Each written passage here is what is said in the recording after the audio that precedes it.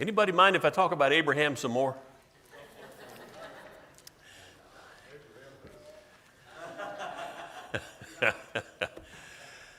One of the things that comes out as you read about people God has put in the scriptures, their story, their accounts, is their humanity. God has not written the Bible so as to gloss over the weaknesses and the humanity of people he writes about, no matter how much regard he may want us to have for them and how much good he might show us about them. He also shows us, as we sometimes say, the warts. And even Abraham has a few, not many, not horrible, but he's got a few, and it helps me to know that as well. Abraham is called the friend of God. Now, he's not called that in Genesis, any of the texts we read this morning, but later on he's referred to as that. When Isaiah writes an encouraging word to Israel, God says through Isaiah to Israel, "You are my people, the descendants of my friend Abraham." Isn't that interesting that God would say that of an individual man? That's in chapter 41 of Isaiah, by the way, if you want to check that out later. But James also brings that out in James chapter 2. He quotes something we read this morning as far as Abraham's faith in God and how it was credited to him as righteousness. And then he adds that he was called the friend of God because he believed in God. So while that's something that's fairly unique of Abraham in Scripture, God calls him his friend, even though Abraham's got some issues, minor though they may be. And I want to call your attention to where we started this morning. It kind of started in Genesis chapter 11. It says, Terah, who was Abram's father, this is chapter 11, verse 26. Terah lived 70 years, became the father of Abram, Nahor, and Haran. And these are the records of the generations of Terah. Terah became the father of Abram, Nahor, and Haran became the father of Lot. Haran died in the presence of his father Terah in the land of his birth in Ur of the Chaldees. Abraham and Nahor took wives for themselves. The name of Abram's wife was Sarai. The name of Nahor's wife was Milcah, daughter of Haran, the father of Milcah and Iscah. Sarai was barren. She had no child. Terah took Abram his son and Lot the son of Haran his grandson and Sarai his daughter-in-law, his son Abram's wife, and they went out together from Ur of the Chaldees in order to enter the land of Canaan. They went as far as Haran and settled there. Just a matter of fact, accounting of who Abram was. His father, his brothers, his wife. There's no commentary here about his character. You remember when God told us about Noah in Genesis chapter 6, he said Noah was a righteous man. And then later on talks about his faithfulness in preaching. But there's nothing like that said at this point about Abram. Just know who he is. And God calls him in chapter 12. So he's not being called, as far as we know, on the basis of any outstanding characteristic that God has put in the Word. But we know he's a man of faith. He'll later be called the man of God. And so we take that for at face value. Then in chapter 12, right after God calls him, this is what we read about Abram. Chapter 12, verse 10. There was a famine in the land, so Abram went down to Egypt to sojourn there, for the famine was severe in the land. And it came about when he came near to Egypt that he said to Sarai, his wife, "See now, I know that you're a beautiful woman. When the Egyptians see you, they will say, 'This is his wife.' They will kill me, but they will let you live. Please say that you are my sister, so that it may go well with me because of you, and that I may live on account of you." What's Abram doing? Couple of things. He's not applying, and I'm saying this in all fairness, we're looking back at what's already transpired. Abram didn't have that benefit. But we're looking at Abram from this day and age, and with all the history that's passed that we're privy to, and we might say, well, God had promised him that he was going to make of him a great nation. Bless those who blessed him, curse those who cursed him. So why would Abram go into Egypt and be afraid? Why didn't he have courage and confidence? I guess because he's a human being. That's my best guess. What about you?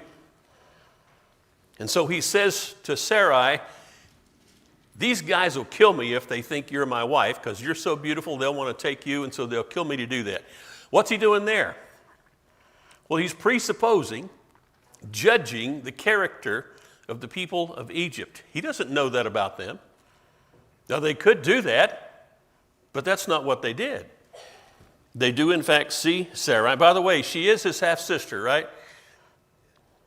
So, and that was okay back then. We would kind of look funny at people who do that today, marry their half-sister, but that was okay back then. It was a different day and age, different circumstance physically and biologically. But she is his half-sister, so it's not a total lie. It's only half a lie. Half a lie is okay, right? So this is what happens. Verse 14, it came about when Abram came to Egypt, the Egyptians saw the woman, that she was very beautiful. Pharaoh's officials saw her and praised her to Pharaoh, and the woman was taken into Pharaoh's house. Therefore, he treated Abram well for her sake, and gave him sheep and oxen and donkeys and male and female servants and female donkeys and camels. So Pharaoh was enamored with Sarai, and instead of killing Abram and just taking her to himself, he throws a bunch of wealth at Abram. Look what he gives him. Sheep, oxen, donkeys, male and female servants, female donkeys and camels. I don't know what Abram had when he went down into Egypt, but he's rich now. Verse 17. But the Lord struck Pharaoh and his house with great plagues because of Sarai, Abram's wife. Then Pharaoh called Abram and said, "What is this you've done to me? Why did you not tell me that she was your wife? Why did you say she is my sister, so that I took her for my wife? Now then, here's your wife, take her and go." So once again, Pharaoh, obviously irritated at what's going on, doesn't kill Abram, doesn't lash out at him. He just says, what's the big deal?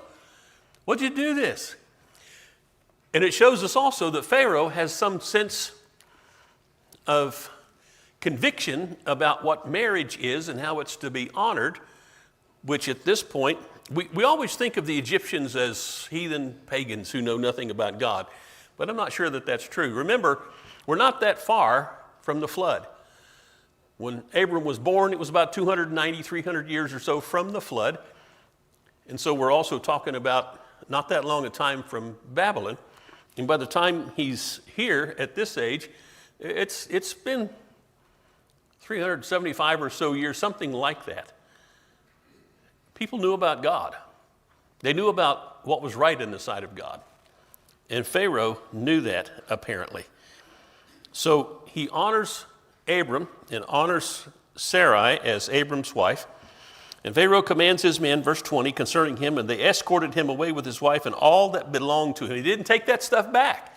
He escorted him away. So, see, here's what's interesting to me. Abram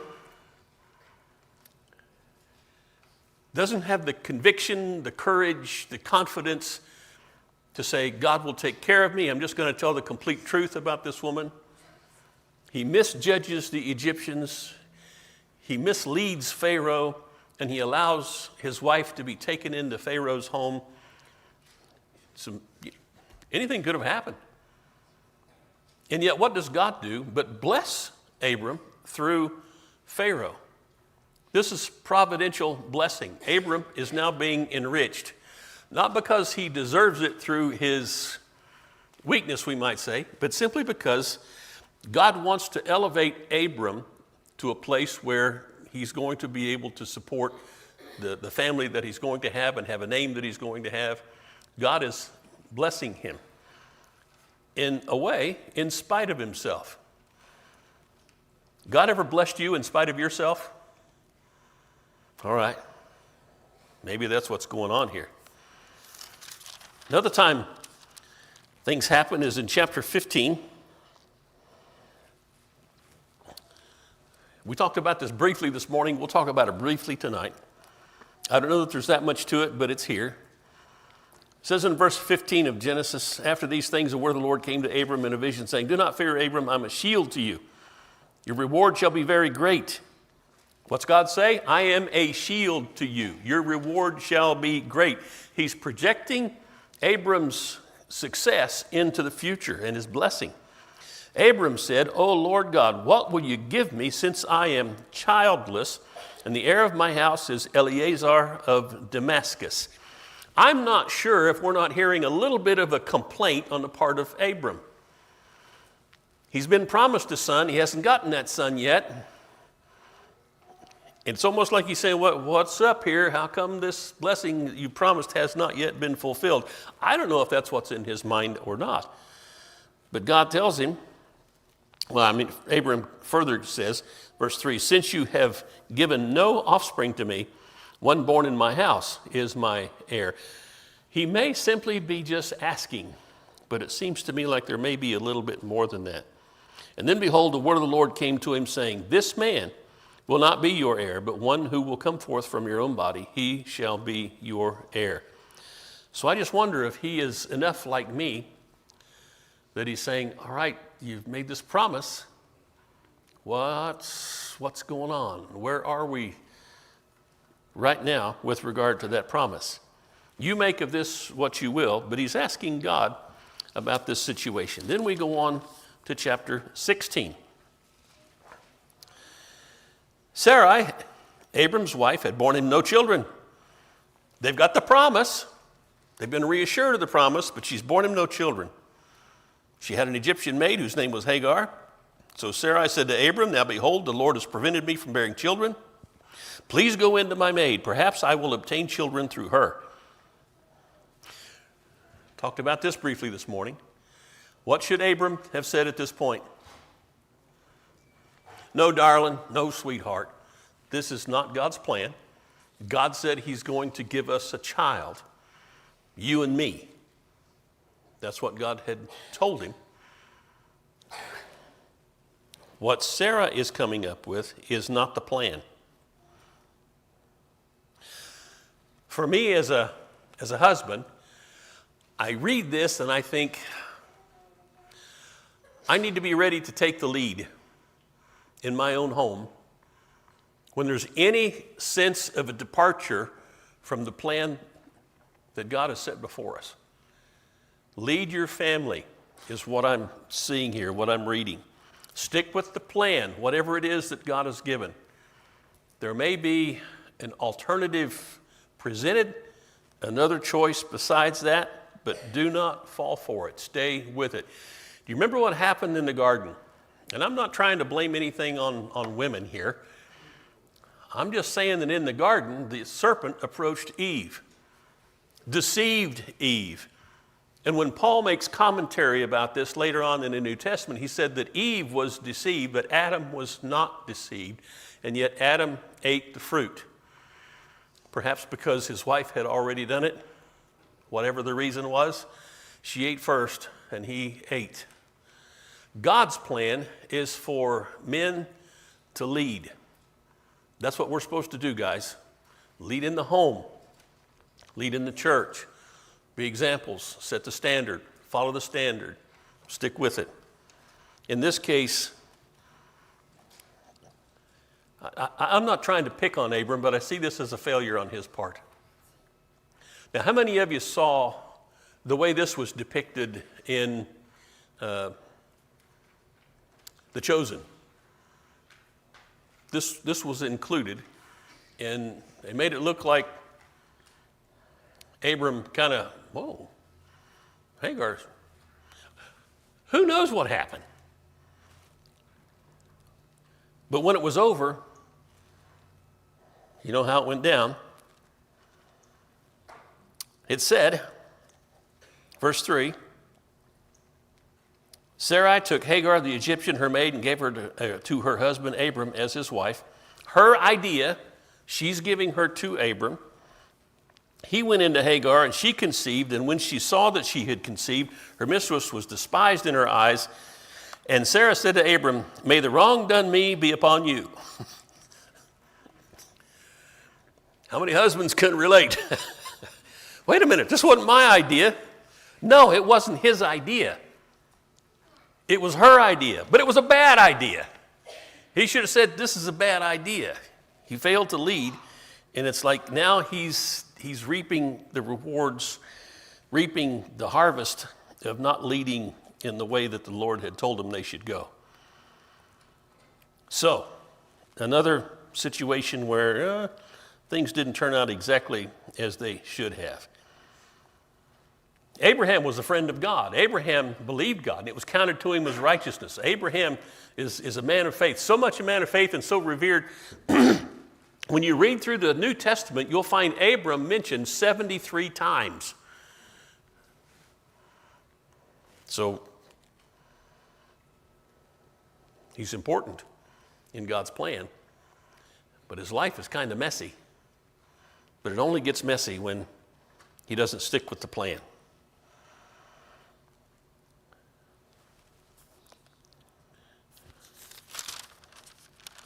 Chapter 17.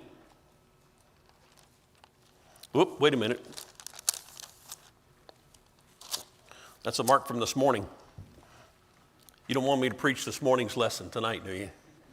All right.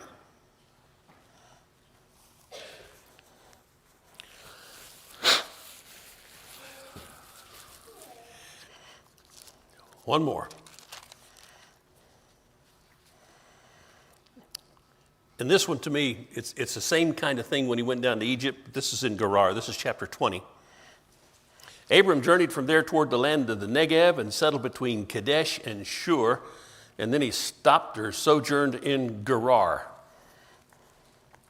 You'll have to get your GPS out and find out where all those places are. But suffice it to say, people who read this at the time knew where these places were. That's another thing about the Bible.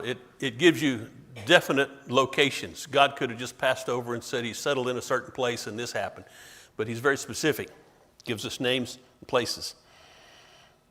Abram said of Sarah, his wife, "She's my sister." So Abimelech, king of Gerar, sent and took Sarah. Same thing he's doing here that he had done in Egypt. It's interesting to me that God did not come to Abram in the interim period and say, "All right, Abram, let's get something straight. You don't need to lie about who Sarah is. I'm going to protect you. I'm going to take care of you."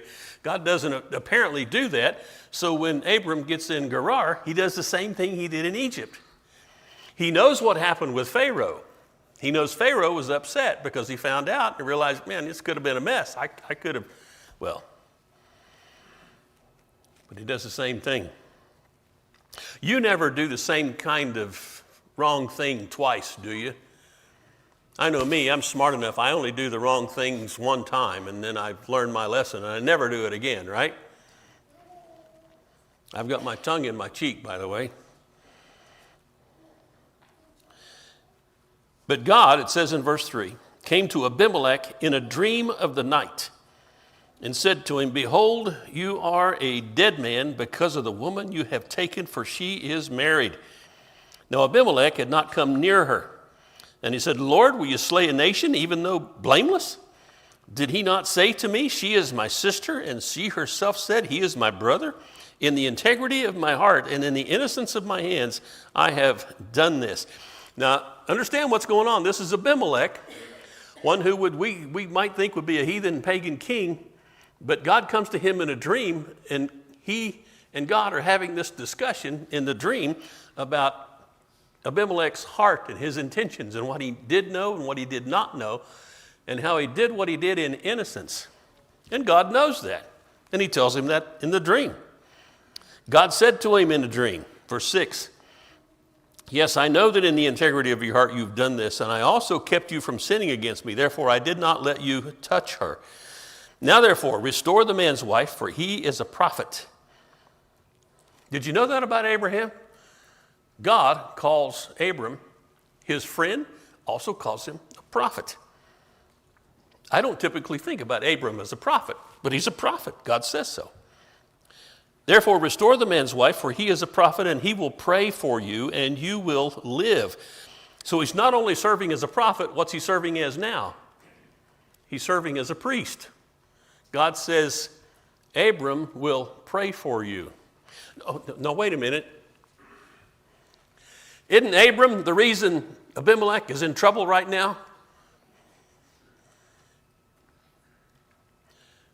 I'm pretty confident that we don't know the whole backstory.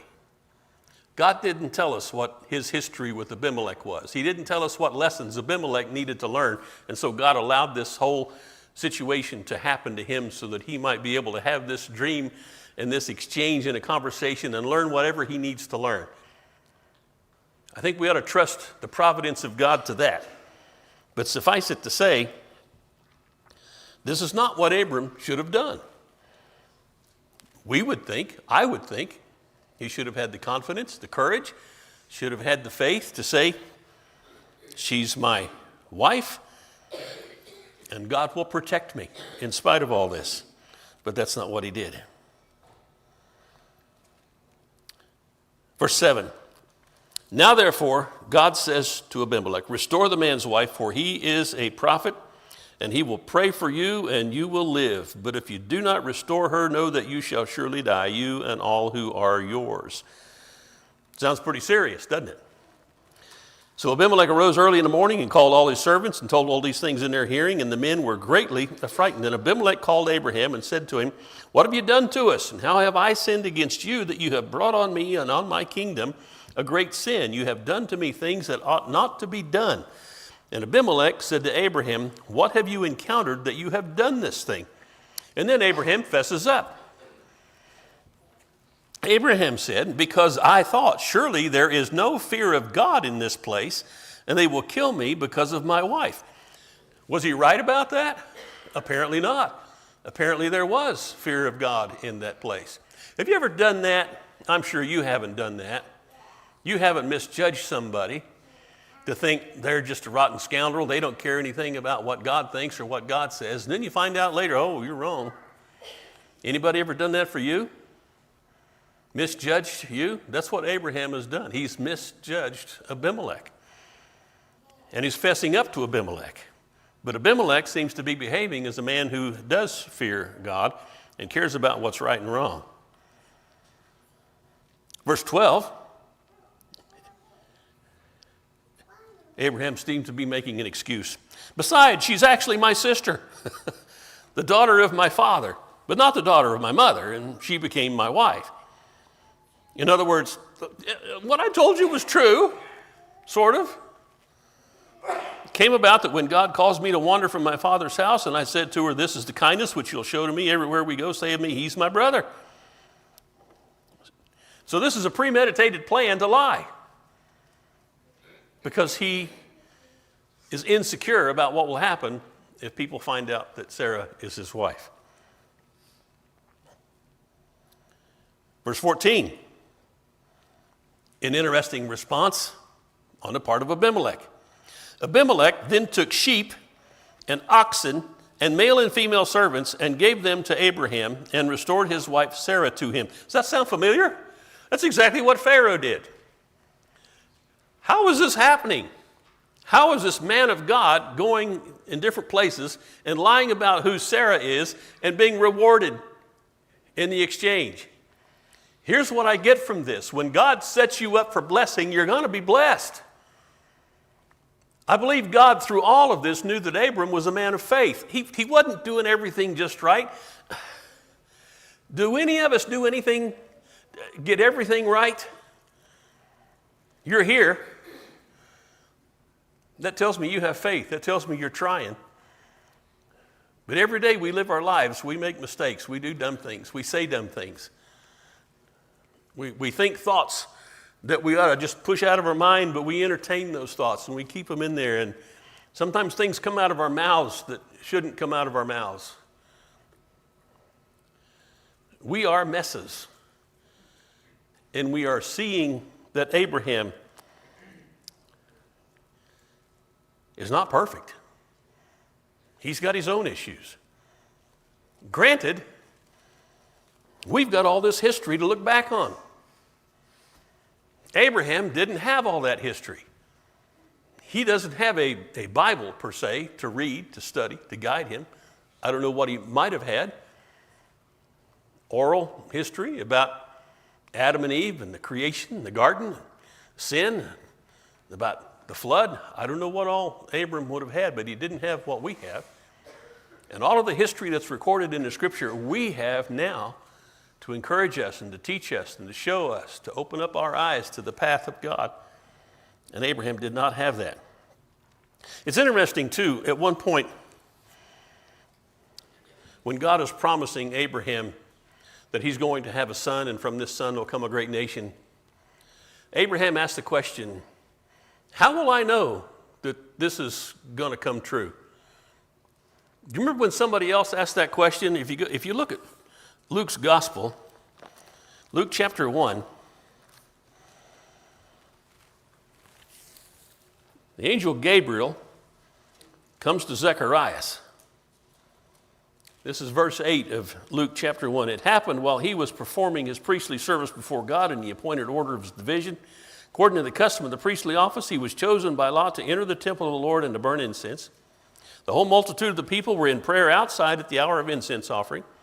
And an angel of the Lord appeared to him standing at the right, the altar of incense. Zacharias was troubled when he saw the angel, and fear gripped him. But the angel said to him, do not be afraid, Zacharias, for your petition has been heard. Your wife Elizabeth will bear you a son. You'll give him the name John. And he goes on to tell what's going to happen with John. But in verse 18, Zacharias says to the angel, how will I know this for certain? For I'm an old man. My wife is advanced in years. Does that sound familiar?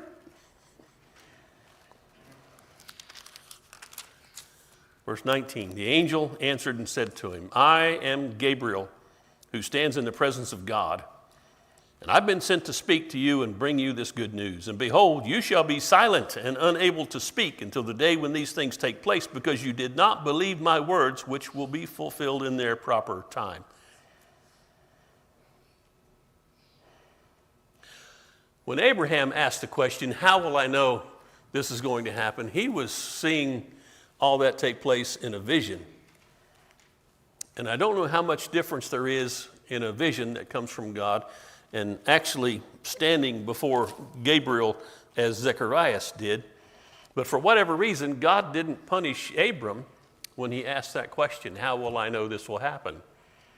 God gave Abram a sign through some sacrifices that he offered.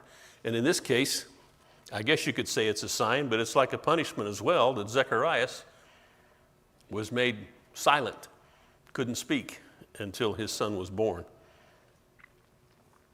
Again, God knows all of our hearts. He knew Abram's heart. He knew Zacharias' heart. He knew the motivation for the question. He knew the nature of whatever doubts there might have been in the question itself. Sometimes I could use a current event to illustrate this.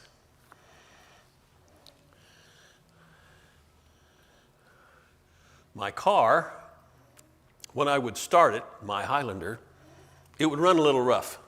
Anybody else's car run a little rough in cold weather when you first start it?